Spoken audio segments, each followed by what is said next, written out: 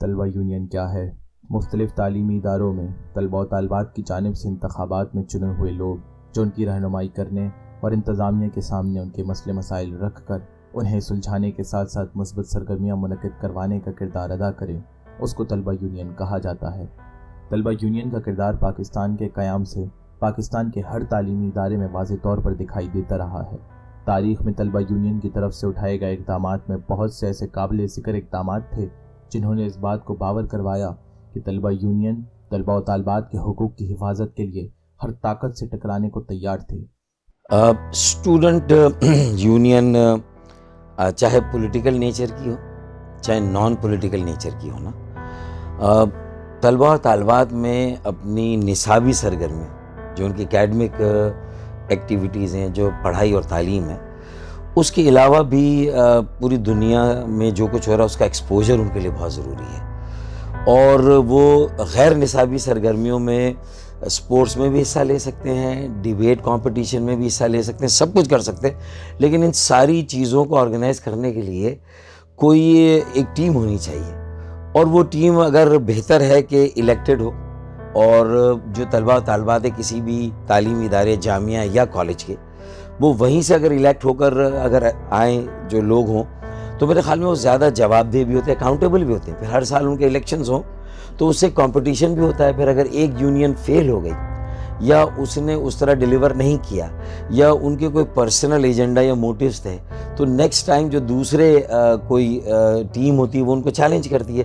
Students union جو ہے basically جو ہے وہ نرسریز ہیں جو کلچرل ایکٹیویٹی کو بھی پروموٹ کرتی ہیں، اپنے ڈیبیٹرز بھی بناتی ہیں، سائنٹسٹ بھی بناتی ہیں۔ یونین کے انتخابات کے بعد، الیکٹ ہونے کے بعد، جو سیکریٹری اور صدر ہوتے تھے یونین کے، وہ سنڈیکیٹ کے ممبر ہوتے تھے، اور سنڈیکیٹ کے ممبر ہونے کی وجہ سے بہت زیادہ جو ہے نا وہ ٹیچرز جو ہے نا ان کو بھی انفلوئنس کرتے تھے، یونیورسٹی کے جو مسائل تھے ان کو بھی حل کرنے میں مدد دیتے تھے، اور ساتھ میں جو ہے نا اپنے اساتذہ کا احترام بھی کرتے تھے۔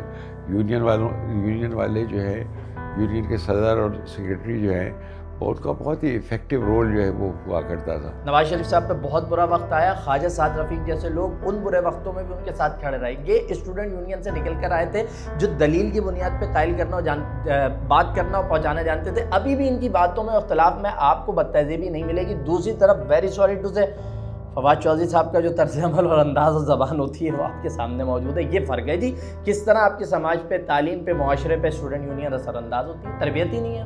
کراچی کے اسٹوڈنٹ تھے جن کو 12 امام بھی کہا جاتا تھا کیونکہ شیعہ بہت تھے، سب حسین نقی وغیرہ، انہوں نے، اور ڈاکٹر سرور جو ہیں 1952 کے گریجویٹ تھے، ڈاکٹر ہارون جو سیکارٹسٹ ہیں 1953 کے گریجویٹ تھے، اور ڈاکٹر ادیب الحسن رضوی 1954 کے گریجویٹ تھے۔ ان لوگوں نے تحریک چلائی یونیورسٹی کی جو فیس کم کرانے کے لیے اور نئی یونیورسٹی اسٹیبلش کرنے کے لیے، اور اس میں وہ کامیاب بھی ہو گئے۔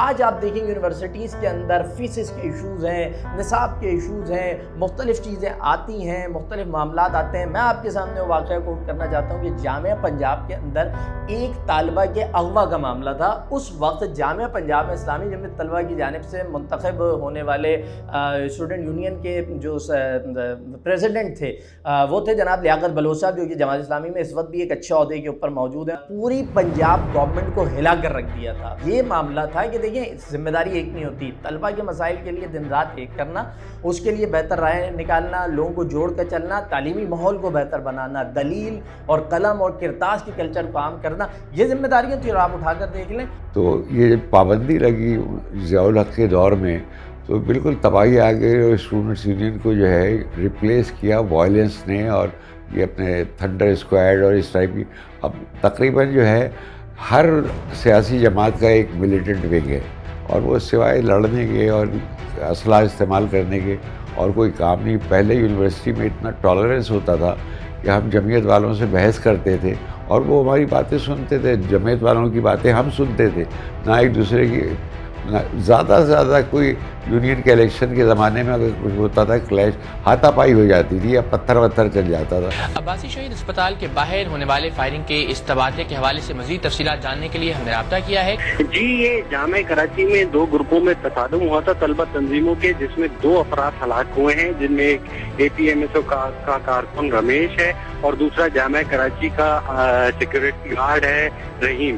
ان دونوں کی ڈیڈ باڈیز اور 2 زخمی کو عباسی شہید اسپتال لایا گیا ہے، جبکہ 5 زخمی جو ہیں وہ جناح اسپتال پہنچے ہیں۔ پورا کلچر تھا۔ میں نے دیکھا ہے کہ ڈاؤ یونیورسٹی کی میں نے ویڈیو دیکھی کہ جس میں ایک پینل ہار گیا جو پچھلی مرتبہ جیتا ہوا تھا، نیا پینل جیتا ہے۔ جب اس کی تقریب علم برداری ہو رہی ہے تو ہارا ہوا پینل آ رہا ہے، جیتنے والوں کو گلے لگا رہا ہے، تقریب گفتگو کر رہا ہے کہ جی ہم آپ کے ساتھ کھڑے، مل کر چلیں گے۔ یہ کلچر تھا، یہی کلچر تو پسند نہیں آیا۔ کیوں؟ کیونکہ طلبہ مضبوط تھے، مستحکم تھے، آواز اٹھاتے تھے، لڑ جاتے تھے، ٹکرا جاتے تھے۔ میں تو سراسر یہ سمجھتا ہوں کہ اس میں سیاسی تنظیموں کا اور اس وقت جو صدر پاکستان تھے انہوں نے جو گورنمنٹ تھی اس نے جو فیصلے لیے، یہ صرف ان کی وجہ سے تھا۔ طلبہ تنظیموں کو کوئی قصور اس کے اندر نہیں ہے۔ اس کے ذمہ دار صرف اور صرف وہ امریتی دور تھا جس میں وہ چاہتا تھا ایک ڈکٹیٹر کے پاکستان میں جمہوری قوتوں کو دفن کیا جائے۔ وہ چاہتا تھا کہ پاکستان میں حقیقی جمہوری نظام کو ختم کیا جائے۔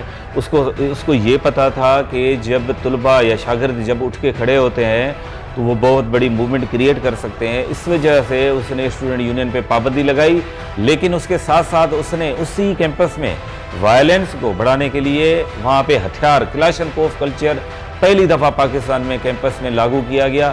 اور میرے خیال میں جب اسٹوڈنٹ یونین پہ بین لگا تو وہ شاید اس وقت کی ضرورت ضرور تھی، کیونکہ جو پیرنٹ پولیٹیکل پارٹیز تھی ان میں تشدد کا رجحان تھا، ان میں انٹالرنس تھی، تو جس کی وجہ سے اسٹوڈنٹس تو بہت جلدی جذباتی ہو جاتے، فلیئر اپ ہو جاتے، تو تعلیمی اداروں کا ماحول، جو تعلیمی ماحول تک خراب ہو گیا۔ عارضی طور پہ تو بین لگنا ضروری تھا، لیکن یہ اتنا مسلسل جو بین لگا ہوا ہے یہ غلط ہے۔ ایک تو یہ کہ وہ طلبہ تنظیم اور طلبہ یونین میں فرق مٹ گیا۔ طلبہ یونین جو ہے باقاعدہ آئین کے تحت کام کرتی ہے، طلبہ تنظیم کوئی بھی چند لوگ بنا لیتے ہیں نظریے کے لیے اور اس کا کوئی آئین نہیں ہوتا، اور کہیں ہوتا بھی ہے تو بڑا فرق ہے طلبہ تنظیم میں اور طلبہ یونین۔ طلبہ یونین نے کوشش کی، یہ جو جنرل ضیاء الحق کے دور میں تشدد آیا یہ ریاست کی وجہ سے آیا۔ کلاشنکوف کلچر ریاست نے اغوان پروجیکٹ کی وجہ سے، فوجی جنرلوں نے اغوان پروجیکٹ کی وجہ سے عام کیا، اور وہ چاہتے تھے کہ تعلیمی اداروں میں جھگڑا ہو تاکہ وہ طلبہ یونین پہ پابندی لگائیں۔ سیاسی جماعتیں خود اتنا ہیبیچول ہو گئی ہیں، عادی ہو گئی ہیں پاور کو ریٹین کرنے کے لیے، کانسنٹریٹ کرنے کے لیے۔ فیوڈلزم ہے تو وڈیرے اور جاگیردار تو موروثی سیاست کرتے ہی ہیں، وہ اپنی بیٹیوں کی شادی بھی قرآن سے کر دیتے ہیں تاکہ جو ان کی وراثت ہے وہ تقسیم نہ ہو۔ یہ ٹرینڈز تو زمینوں کی تقسیم نہیں ہوتی ہاریوں کسانوں میں، لینڈ ریفارمز نہیں ہوئی، تو وہ تو ایک ٹرینڈ پالیٹکس میں ہے، پاکستان کی سوشل لائف میں ہے۔ وہ دوسرا ٹرینڈ پولیٹیکل پارٹیوں میں بھی ہے کہ وہ اپنے نوجوانوں کو بھی آگے نہیں لانا چاہتے۔ پولیٹیکل پارٹیز بھی کہہ رہی ہیں بحال ہونا چاہیے، لیکن بحال نہیں ہو رہی ہیں۔ بحال ہوں گی تبھی جو افیکٹو رول ادا کر سکتی ہیں، لیکن ہر سیاسی پارٹی کا ایک ملیٹنٹ ونگ ہے، وہ بجائے اس نے اسٹوڈنٹس یونین کو جو ہے نا ریپلیس کر دیا ہے۔ کبھی کبھی یہ بز ورڈ یوز ہوتا ہے لیکن اس میں کوئی سیریس نہیں ہے۔ کوئی نہیں چاہتا کہ یہ نیا بکھیڑا شروع ہو، ایک نیا ایشو کھڑا ہو، پھر اس کو ایڈریس کیا جائے، پھر ان کو آرگنائز کیا جائے۔ سب نے اپنے ٹائم کو اپنے ویسٹڈ انٹرسٹ کے سے لنک کیا ہوا ہے، اپنے کمیونل یا گروہی انٹرسٹ کے ساتھ یا اپنے پارٹی انٹرسٹ کے ساتھ۔ Larger interest of the society, neighbourhood, city, nation, country, اس کے ساتھ ویسٹڈ انٹرسٹ ہے، نیرو انٹرسٹ ہے۔ اس لیے یہ ایجنڈا سیریس ایجنڈا ہے، اس لیے بین لگا۔ پچھلے 40 سال میں طلبہ و طالبات کی جانب سے احتجاج اور حکمرانوں کی طرف سے کیے ہوئے وعدوں کے باوجود یونین پر لگی پابندی کو نہیں ہٹایا جا سکا۔ حال یہ ہے کہ آنے والے سالوں میں طلبہ یونین پر پابندی لگی رہیں گی یا پھر پابندی کو ہٹا کر طلبہ یونین کو بحال کیا جائے گا اور ملک کو ایک اہل اور مخلص قیادت فراہم کرنے کا موقع دیا جائے گا۔